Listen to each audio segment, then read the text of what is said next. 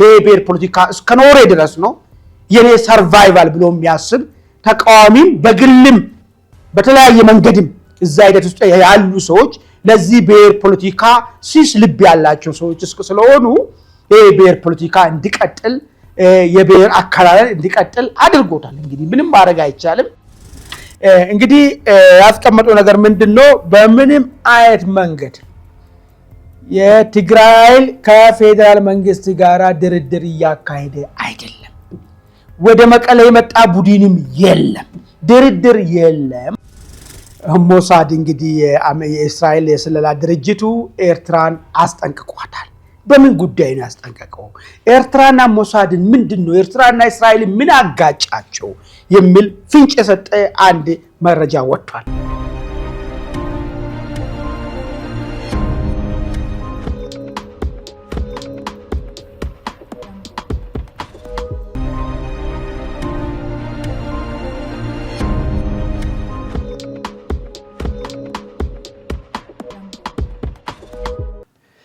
ሰላም ጤና ይስጥልን ውድ የኢትዮ ውይይት ልዩ ዕለታዊ ዝግጅት አድማጭ ተመልካቾቼ፣ በዛሬው ልዩ ዕለታዊ ዝግጅት በዋነኝነት ሰሞኑን ሲመከርበት የነበረውን የሀገራዊ ምክር ሐሳብ ለዛሬ ቀርቦ በጉባኤ ይጸድቃል ተብሎ ይጠበቃል።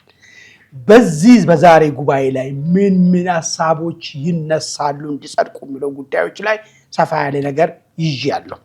ለዚሁም በሁለተኝነት ህወሓት ድርድርን በተመለከተ አዲስ ፍንጭ ሰጥቷል።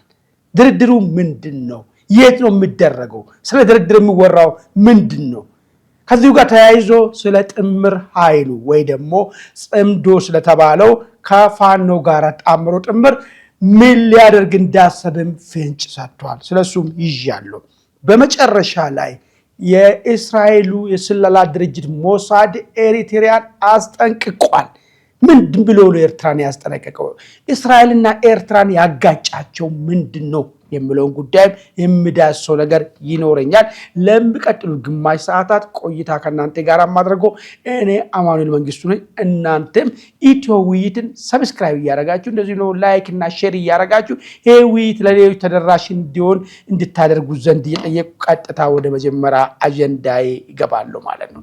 እንግዲህ ለ30 ምናምን ቀናት ብዙ ውዝግብና ብዙ ክርክርና ብዙ ሰጣ ገባ ሲያስተናግድ የነበረው ሀገራዊ ምክክር ወደ መጨረሻው ምዕራፍ መድረሱን ሰምተናል።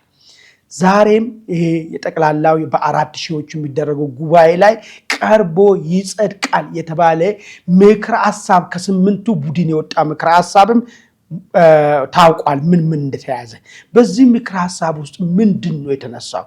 በአብዛኛው ባለፈ ፕሮግራሞቻችን ስለ ፌደራል መቀመጫ ስለሆነችው አዲስ አበባን በተመለከተ ሰፋ ያለ ማብራሪያ ስናቀርብ ነበር።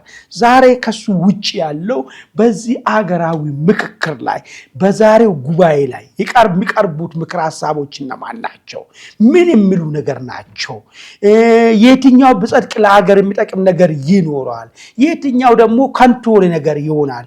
በአጠቃላይ ምክክሩን ስናየው ውድቀቱ የቱ ጋር ነው? ጠንካራ ጎኑ የቱ ጋር ነበረ የሚለውንም የራሴን ሐሳብ ለማቅረብ ሞክራለሁ። እንግዲህ በዛሬው ጉባኤ ላይ ይቀርባል ተብሎ ከተገለጸ ውስጥ አንዱ እኛ ብሔረሰቦችና ህዝቦች የሚለውን ፕሪያምብሉ ላይ የተቀመጠው ይሄ ነገር መለወጥ አለበት የሚል ለዘመናት ጥያቄዎች ሲነሱ ነበር። ማነው ብሔር፣ ማነው ብሔረሰብ፣ ማነው ህዝቦች የሚል ጥያቄ ይነሳ ነበር። አንዳንድ ወገን ይህንን ጉዳይ ለመከራከር ይሞክራሉ። ብሔርኛው ነው፣ ብሔረሰብ የኛው ነው፣ ህዝቦች ደግሞ እነዚህ ናቸው። ግን ሊመስል የማይችል ኢትዮጵያ ውስጥ ክልል የተሰጣቸው ለብሔሮች ነው ይላል። ብሔር በምንድን ነው ብሔር የሚኮነው አንድ ቡድን የሚል ደግሞ ሌላ ጥያቄ ያነሳል። ለምሳሌ የሐረርና የጉራጌ ጥያቄ ይነሳል። በተለይ በምን ቁጥር ነው በቁጥር ከሆነ አረሬ ብሔር ተብሎ ተቆጥሮ ጉራጌ በምንሳ ብሔረሰብ ሊባል ይችላል የሚል መከራከሪያዎችነት ህዝቦች የሚባል ነገር ሳለ ወይ በአንድ ሀገር ውስጥ ሊኖር የሚችለው ህዝብ ነው እንጂ ህዝቦች የሚባል እንዴት ነው ሊፈጠር የሚችል የሚል ለዘመናት በተለይ ባለፈው 27 ዓመታት አንዱ መከራከሪያና አንዱ በተለይ ፖለቲካል ዲስኮርስ ውስጥ ከፍ ብሎ ከሚተቹ ትችቶች ውስጥ ይሄ ነበር። ለዚህ ነገር አንድ መብት ምክር ሐሳብ ቀርቧል። በዚህ ውይይት ላይ ምን የሚል ምክር ሐሳብ ነው ቀረበው?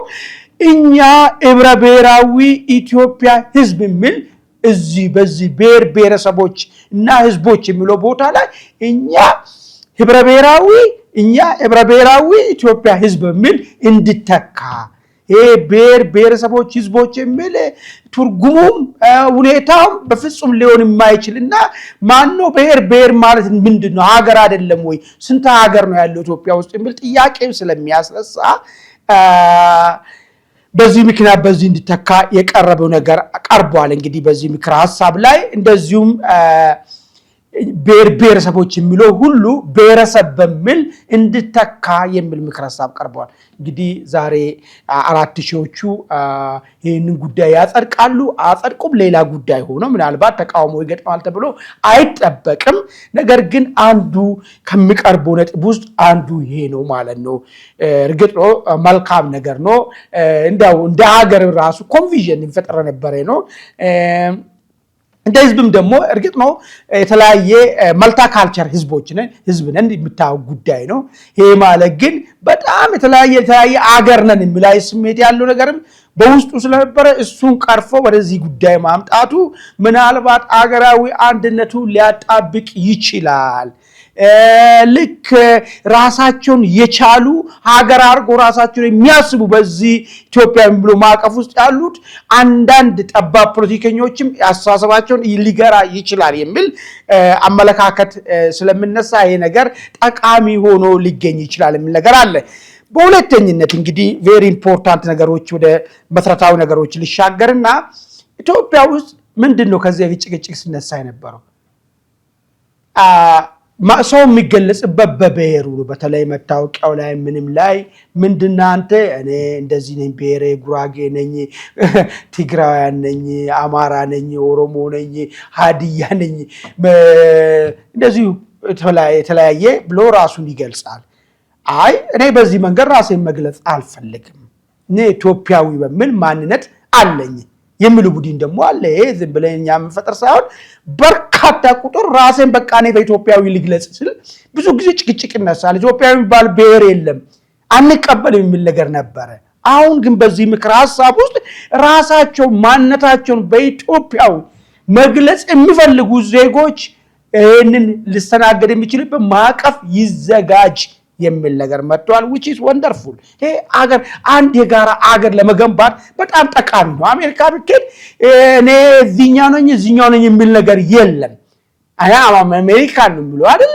እንደዚሁ ኢትዮጵያ ውስጥም ይሄ ኢትዮጵያዊነት የሚለው ነገር እንደ አንድ ብሔር እንደ አንድ ምራነት መገለጫ ሆኖ እንዲመጣ የተደረገበት ሁኔታ ስላለ ይሄ ምናልባት ጥሩ ነገር የሚባል ነገር ነው በዚህ ውይይት ላይ ከተቀረበ ሐሳብ ውስጥ ማለት ነው።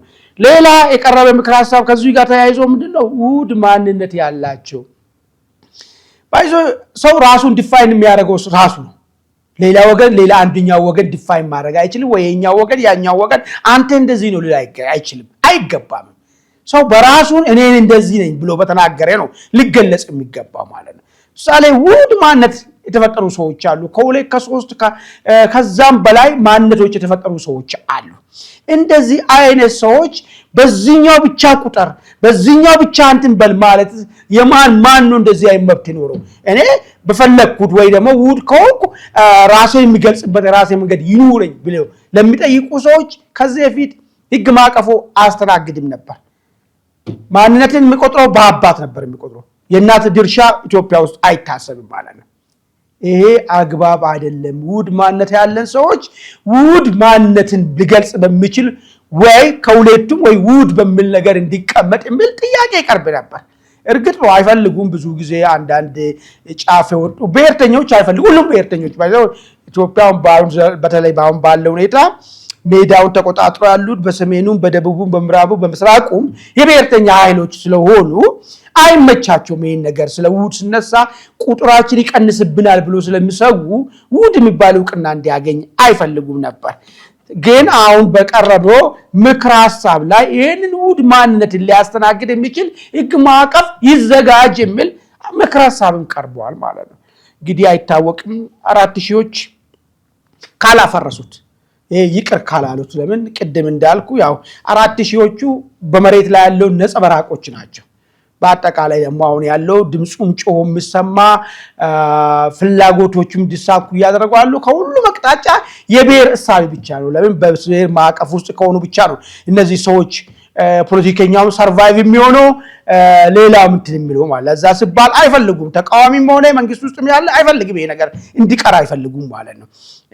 ለምን በተሻለ ሰዎች ባላቸው አስተሳሰብ ከሆነ እነዚህ ሰዎች ቦታውን ሊያጡ ስለሚችሉ መነገጃቸው ከጃቸው ሊጠፋ ስለሚችል አይመቻቸውም። ምናልባት እንግዲህ ይሄንን ጉዳይ እነዚህ ሰዎች ተቃውሞ ካላፈረሱት ወይ ደግሞ ቢከለከል ካላደረጉት ምናልባት ይሄ ውድ ማንነት ዕውቅና እንዲያገኝ የሕግ ማዕቀፍ እንዲሰራለትም ሌላ የተቀመጠ ሐሳብ ነው ማለት ነው። ሌላኛው ጉዳይ ታሪክን በተመለከተ ነው። ታሪክ ገለልተኛ አካሎች ታሪክ ባለሙያ በኮሚሽን ደረጃ ተቀምጠው ለኢትዮጵያ ይወክላታል የሚል ይሆናታል የሚል ታሪክ ይጻፍ የሚል ነገር ነው። ይሄ ጥሩ ነገር ነው። ብዙ ጊዜ ማግባባ ኢትዮጵያ ታሪክ ላይ ነው ማግባባ ፋክት ነው። እንግዲህ አሁን ፋክት ስናወራ አንዳንድ ሰዎች ፋክት ለምን ይወራል? ዝም ብለህ የተሸዋወድክ ለምን ትኖራለህ? እውነቱን አውርተህ መፍትሄ መፈለግ ነው። አግባባም ሌላው ይሄ ታሪክ ልክ አይደለም ይላል። ሌላው ደግሞ ከዚች ቅንስ ማለት የለበትም ይሄ ነው ትክክለኛው ይላል። ስለዚህ የሚሻለው የጋራ ታሪክ እንዲኖረን ሁሉም የተስማማበት የጋራ ታሪክ እንዲኖር የሆነ ቡድኖች ተቋቁሞ እነዚህ ባላንስድ የሚያጣላን ነገር ሳይሆን የጋራ ሊያዛልቅ አብሮ ሊያስኬድን የሚችለው ነገር ላይ ትኩረት በማድረግ ታሪክ እንዲጻፍ የሚል ነገርም አስቀምጧል። ይሄን ብቻ አይደለም የተቀመጠው በጣም ኢምፖርታንት ነገር ታሪክን የፖለቲካ መጠቀሚያ ማድረግ ይቁም የሚል ነገር። አሁን አይታችሁ ከሆነ ኢትዮጵያ ውስጥ ሁሉም የብሔር ፖለቲካ የሚመሰረተው በታሪክ ነው።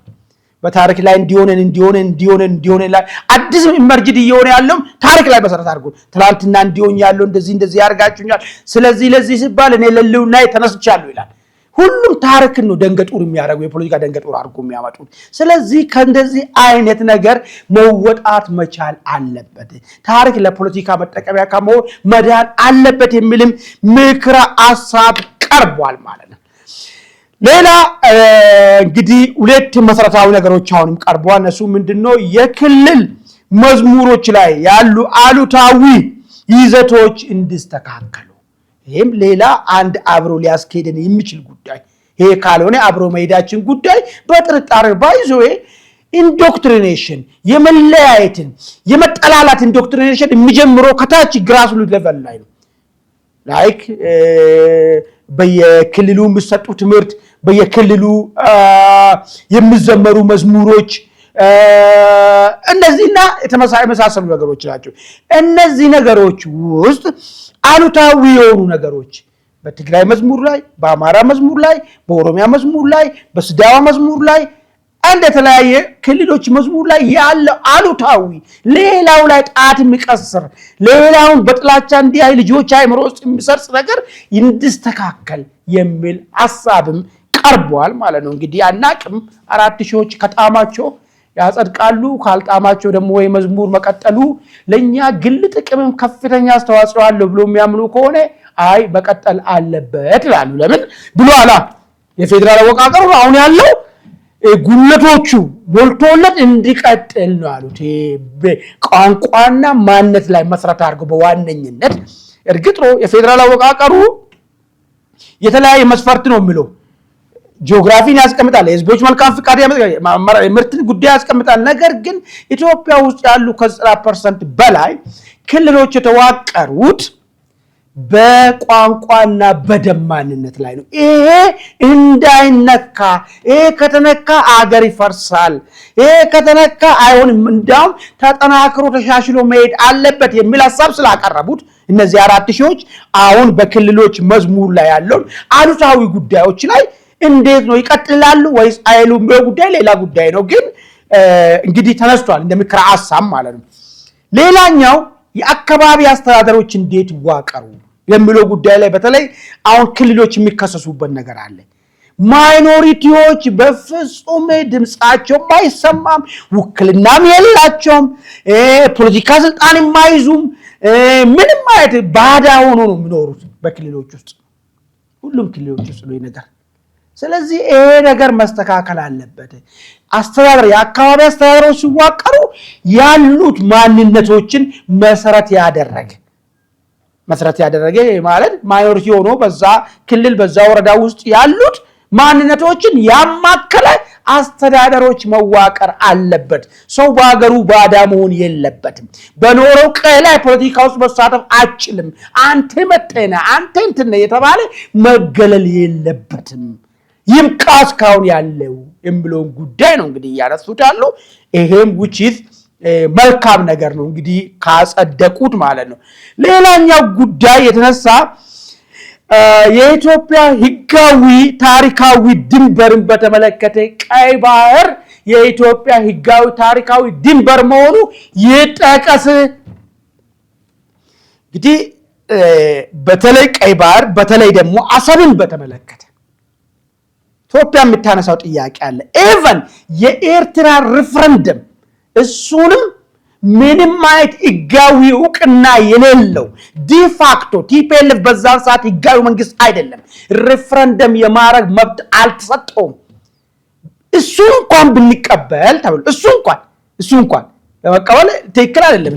እሱን እንኳን ብንቀበል አሰብ ነዋሪዎች አፋሮች በዚህ ሪፈረንደም ላይ ያሰብ ባለቤቶች አልተሳተፉም አለ። ምንድነው? በሌላ አነጋገር ያን ቦታ እኛ እንደ መብት መጠየቅ ግድ መብት አለ፣ ህጋዊ ግራውንድ አለ ነው አንድ እሱ።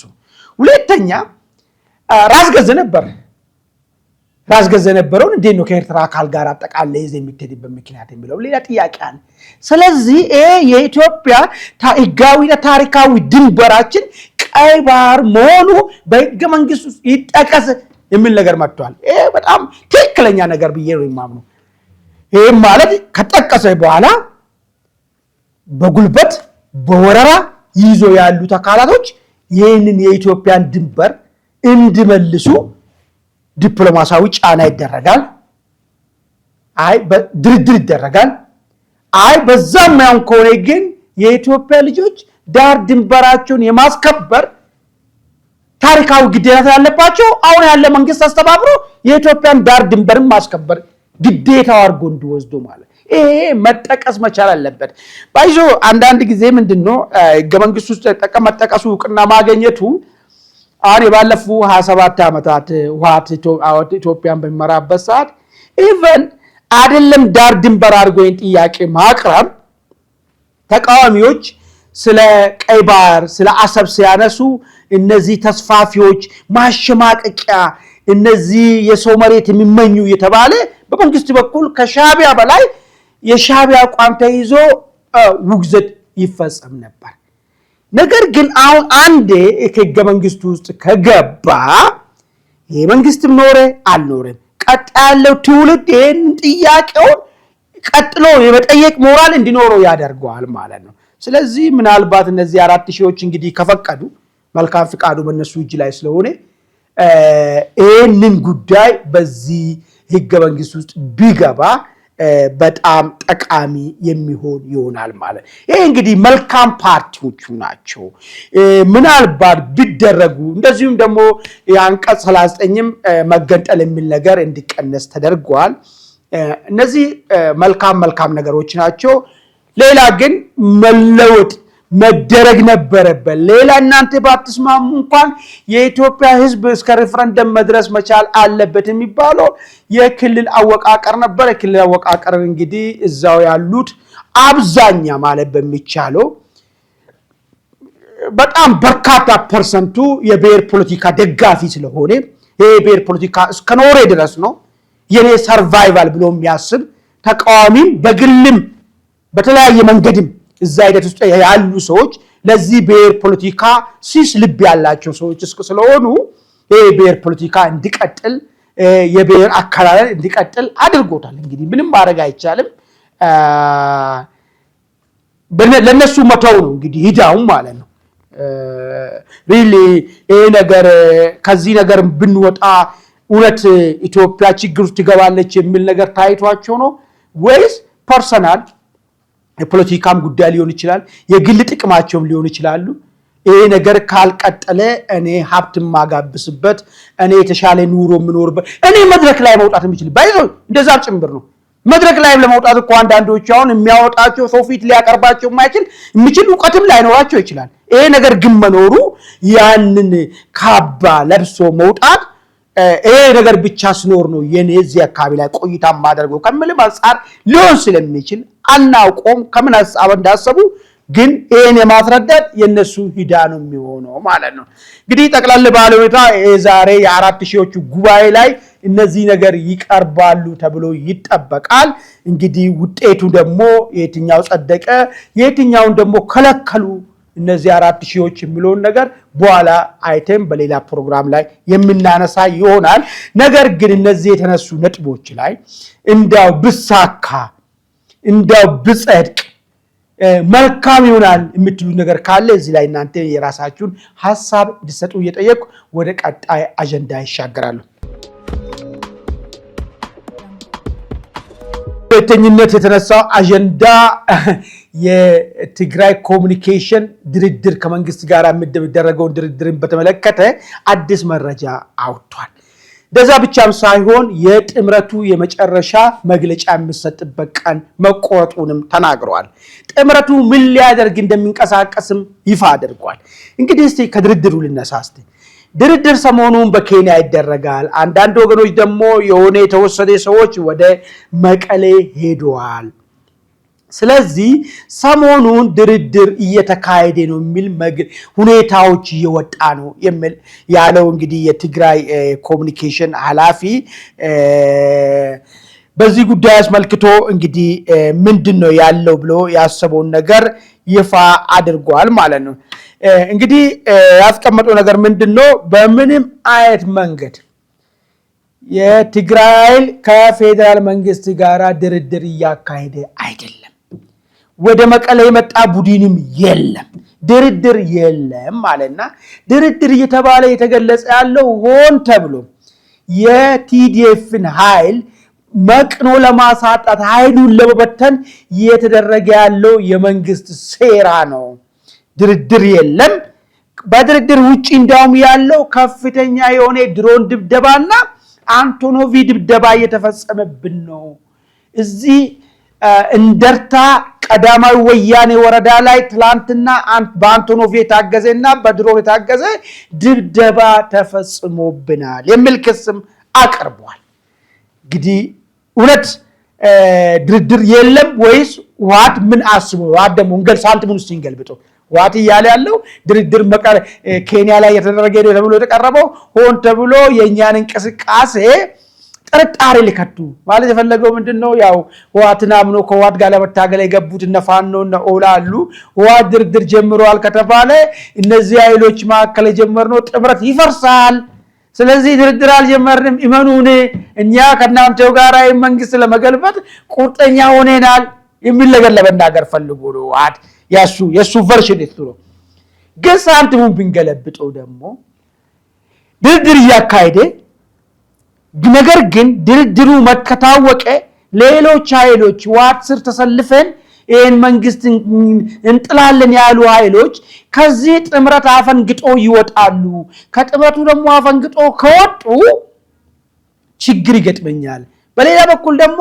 ዋት ዱሮን የሚታመን ኃይል አይደለም በተለይ የፋኖ እንግዲህ ከግማሽ በላይ ግማሽ የሚሆኑት ከዋት ጋራ አብሮ መቀጠል የሚቻል ኃይል አይደለም ዋት የሚታመን አይደለም ዋት ታሪካዊ የአማራ ጠላት ነው ዋት እቺን አገር ያደማ ኃይል ነው ከዚያ ኃይል ጋር መስራት አይገባም ብላ ቋሚሱ ስለነበረ ይሄ ድርድር ጉዳይ ከተሰማ ደግሞ ይረጋገጥና ፋኖ 100% ከዋት ጋር ያለው ቅሪት ይቆርጣል ከሚል ስጋትና ጭንቀትም ሊሆን ይችላል እንግዲህ ዶክተር ቴድሮስ ሃጎስ የሚባሉ የኮሙኒኬሽኑ ኃላፊ ወጥቶ ይህንን ጉዳይ መልስ ለመስጠት የተገደዱበት ሊሆን ይችላል ሳንቲሙን በሁለቱም በኩል ገለባብጠን ስናየው ማለት ነው ከዚሁ ጋር ተያይዞ ዶክተር ቴድሮስ ያነሱት የትላንትናውን የድሮንና አንቶኖቪ ድብደባ እንደርታ ወረዳ ቀዳማዊ ወያኔ ወረዳ ላይ ድብደባ ተፈጽሟል። አሁንም እየደበደበን ነው፣ አሁንም እየመጣን ነው፣ ሊያጠፋን ነው። ስለዚህ ጄኖሳይደር ኃይልን ማጥፋት ነው ያለነው አማራጭ ብል ነገር አስቀምጧል። ምናልባት እንግዲህ በተደጋጋሚ ህወሓት የፈለገውን መሳሪያ ታጥቋል፣ ድሮን ታጥቋል፣ ዙ23ቶች በስፋት አሉት። ስለዚህ ምንም አይመጣም ከመንግስት የተሻለ ታጥቋል ሲሉ ለነበሩ ሰዎች አሁን የሰሞኑ ህወሓት ለቅሶ ህወሓት የቱ ጋር እንዳለ ህወሓት እነሱ ሚዲያቸው ላይ ሊፈጥሩት የሚፈልጉት ህወሓት እንደሌለ ህወሓትን አንበሳ ላይ ያደረጉት ይፈልጉ ናክቹዋል ግን ህወሓት ያረጀ ድመት እንደሆነ የሚያሳይ ነገር ነው። ህወሓት እሱ ነው ራሱ ላይ መሰከረ ያለው ነገር ማለት ነው። ከዚህ ድሮን ነበረ ጸረ ድሮን ታጥቀናል አሉ። ግን ድሮን አሁን ያዘንብባቸዋል፣ ይመታቸዋል። ጸረ ድሮኑ የት ገባ? ጸረ ድሮኑን በተመለከተ የሆነ ነገር ተነስቶ ነበር። ተጨበርብረናል የሆነ ጸረ ድሮን ብሎ የሆነ ሰዎች ብር ተቀብሎ የተበላሸ ዕቃ ሸጡልን የሚል ነገርም ሰምተናል። እሱም ብቻ ነው ሳይሆን ምንም አልታጠቁም የሚል ነገር ደግሞ አለ። ስለዚህ አሁን እውነታዊቱ ጋር ነው ማለት ነው። እነዚህ ሰዎች ምንም አይነት ነገር ድሮንን ሊከላከሉ የሚችሉበት ነገር የላቸው ባለመታጠቃቸው ነው ማለት ነው። ስለዚህ እውነታውን ያዙና ተንትኑ። እንግዲህ አሁን ለህወሓት በጣም ሲስ ልባለን የምትሉ ቀደም የህወሓት ወዳጆች እንደዚሁም ደግሞ ወዶ ገባውን አዳዲስ ወዶ ገቦችም ቀደም ህወሓትን ለኢትዮጵያ ጠንቅ ነው ብሎ ሲታገሉ ነበሩ። ዛሬ ደግሞ ህወሓት ቅዱስ ነው የሚሉት ወገኖች ህወሓት ድሮን ታጥቋል ስትሉ ነበር። አልታጠቀም። ህወሓት ብታጠቅ ከዚህ ድሮን ጥቃት ራሱን ይከላከል ነበር። አሁን ድሮን ጉዳይ ብቻ ሳይሆን አንቶኖቪ መጥቶናል አለ። የህወሓት ዙ23ቶች የት ገቡ? አየር ማቆሚያዎች የት ገቡ? የሚልም ጥያቄ እየመጣ ነው። አሁን ደግሞ ሌላ ጥያቄ እየተፈጠረ ራሱ ነው ያለው። በአንቶኖቪ እየተመታን ነው የሚል ነገር አስቀምጠዋል። ሌላኛው ነጥብ ከዚህ ከህወሓት ከኮሙኒኬሽኑ መግለጫ ጋር ተያይዞ ጥምረት ፈጽመናል፣ ጽምዶ ፈጽመናል። አይ ቲንክ ለመጀመሪያ ጊዜ የፋኖው መሪ ዘመኔ ካሴ በባለፈ ወጥቶ መግለጫ ሰጥቷል ስለ ጥምረቱ። አዎ ፈጽመናል፣ አብረን እንሰራለን ብሎ በይፋ ተናግሯል። ይህም በተመለከተ አሁን ደግሞ የህወሓት ኮሙኒኬሽን ያለ በጋራ አለ። እንግዲህ ዘመኔና ዶክተር ደብረጽዮን በጋራ ሆኖ እንዴት አድርጎ መንግስትን እንደሚገለብጡ ለምን እንደተጣመሩ ማብራሪያ ሊሰጡ ነው ማለት ነው። የት ነው ያው እንግዲህ ሊሆን የሚችለው ከትግራይ ፕላኔት ሆቴል ነው የሚሆነው፣ በትግራይ ቴሌቪዥን ነው የሚሆነው። እንግዲህ አንድ የአማራን ህልውና አደጋ ተጋርጦበታል ያለ ቡድንና አማራ ላይ የህልውና አደጋ የጋረጠ ቡድን በጋራ ሆኖ ስለሌላኛው ወገን የሚናገሩበት አዲስ በጣም ኢንተረስቲንግ የሆነ ድራማ የምናይበት ይሆናል። መግለጫ ነው ብዬ አልጠብቅም፣ ድራማ የምናይበት ይሆናል ማለት እንግዲህ። ውድ አድማጭ ተመልካቾቻችን እስቲ የነዚህ ሁለት ሰዎች መግለጫ የጋራ መግለጫ ምን ሊሆን ይችላል የሚለው ጉዳይ ላይ የየራሳችሁን ሀሳብ እንድሰጡ እየጠየቁ ወደ መጨረሻ አጀንዳ ይሻገራሉ። እንግዲህ የመጨረሻ አጀንዳዬ ሞሳድ እንግዲህ የእስራኤል የስለላ ድርጅቱ ኤርትራን አስጠንቅቋታል። በምን ጉዳይ ነው ያስጠንቀቀው? ኤርትራና ሞሳድን ምንድነው ኤርትራና እስራኤል ምን አጋጫቸው የሚል ፍንጭ የሰጠ አንድ መረጃ ወጥቷል። በዚህ መረጃ ላይ ምንድነው የሚለው ማለት ነው ኤርትራ የሱዳን ጦርነትን በመጠቀም በቡድኑ ውስጥ ተጽዕኖ በሱዳን ውስጥ የራሷ ተጽዕኖ እንዲሰፋ እያደረገች ነው የሚል ክስ ነው ያቀረበው። ጦርነቱ እንደ ሽፋን አድርጋ ጦርነቱ ውስጥ አልቡራንን ደጋፊ ሆና ገብታ የራሷን ተጽዕኖ በሱዳን ውስጥ እንዲሰፋ እያደረገች ነው የሚል ነገር ነው። አንዴ ነው ክሱ። ኤርትራ ሱዳን ውስጥ ተጽዕኖ ከሰፋ ምንድነው ታዲያ እስራኤል ምን ያገባል ሊባል ይችላል። ቀጥሎ ያስቀመጠ ምንድነው በምስራቅ ሱዳን ያሉትን ኢስላሚስቲክ ፋይተሮችን ወይ ደግሞ ተዋጊ ኃይሎችን ኤርትራ እያሰለጠነች ነው። እንግዲህ እስላም ዘር ከሙስሊም ብራዘርስ ሁድ ጋር ግንኙነት አለው ተብሎ ባለፈ አሜሪካ ሽብርተኛ ብላ የፈረጀችው አይደለም። እስራኤል አሁን ይሄንን ክንፍን ነው እያስታጠቀች ያለችው ምን ነገር መጣ። በቀጥታም ሆነ በተዘዋዋሪ ከሽብርተኛው ኃይል ጋር ሱዳን ተባባሪ ሆና ኤርትራ ተባባሪ ሆና እያሰለጠነች እያስታጠቀች ነው ያለችው የሚለው እስራኤል ያነሳችው። ኦኬ ኤል ምንድነው ኢስላሚክ ታጣቂ ኃይል የሚባለው ከአልቡራን ጋር ተሰልፎ ያለው ምንድነው? እሱ ለምንድነው የሚፈረጀው የሚለውን ነገር እስራኤል ለምንድነው እሱ የማትፈልገው ነገር ሁለት ነጥብ ላንሳ። አንደኛ ይሄ ኃይል ከአልቃይዳ ጋራ ከዚህ በፊት በእነ አልበሽር በነበረ ሙስሊም ብራዘርስ በነበረበት ሰዓት ፓርቲ በነበረ ሰዓት ከነሱ ጋራ ሆኖ አልቃይዳን ሐማስን ሲያደራጁ ሲያስጠጉ የነበሩ ኃይሎች ናቸው። ስለዚህ ኤርትራ በቀጥታም ሆነ በተዘዋዋሪ የሽብር ኃይል አካል ሆናለች የሚል እስራኤል ያቀረበቻል። ሁለተኛ ይሄ ታጣቂ እስላሚስት ታጣቂ የሚታገዘው በኢራን ነው። ኤርትራ በተደጋጋሚ መጸዋ ላይ ከኢራን መጣ ጦር መሳሪያ ይዛ ሄደች። የምስራቅ ሱዳን ውስጥ የምታስታጥቀው ጦርን እያስታጠቀች ነው ያለችው። ስለዚህ በቀጥታም ሆነ በተዘዋዋሪ ከኢራን ጋር ተሰልፋለች፣ ከአልቃይዳ ጋር ተባባሪ ሆናለች፣ ከሐማስ ኃይሎች ጋር ተባባሪ ሆናለች በቀጥታም ሆነ በተዘዋዋሪ የሚል ነገር ነው ያስቀመጠው። በሶስተኛ ደረጃ ምንድነው ጦርነቱ መጨረሻ እንዳይኖር እያደረገች ነው ያለችው ኤሪትሪያ። ይሄ ነገር ደግሞ አደገኛ ነገር ይፈጥራል። ኤርትራ እርግጥ ነው ስትራቴጂክ ቦታ ነው ያለችው። የቀይ ባህርን ከ1000 ኪሎ ሜትር በላይ ቀይ ባህር በሷ ውስጥ ነው ያለው። ይሄን ይዛ ጸረ እስራኤል የሆኑ ኃይሎች ጋር ስውር እንቅስቃሴ ማድረጉ እስራኤልን እንዳሳሰባል እንግዲህ ከባድ ነገር ነው። ከዚህ ከጠላት ኃይል ጋራ ተሰልፋለች። እኛን በጠላትነት ከሚፈርጁን ኃይሎች ጋራ ተንቀሳቅሳለች። አሜሪካ ሽብርተኛ ብሎ ከፈረጀው ኃይል ጋራ ኃይልን እያስታጠቀች ነው የሚል ነገር ነው እንግዲህ ኤርትራ የቀረበው ክስ ማለት ነው። ምናልባት ከቅርብ ጊዜ ወዲህ ኤርትራና አሜሪካም ችግር ውስጥ የገቡ ነው መልሶ የሆነ ጊዜ አሜሪካ ማዕቀብ ልታነሳ ነው ከኤርትራ ጋር ያለውን ነገር ኖርማላይዝ ልታረግ ነው የሚል በስፋት እየተነገረ ነበር።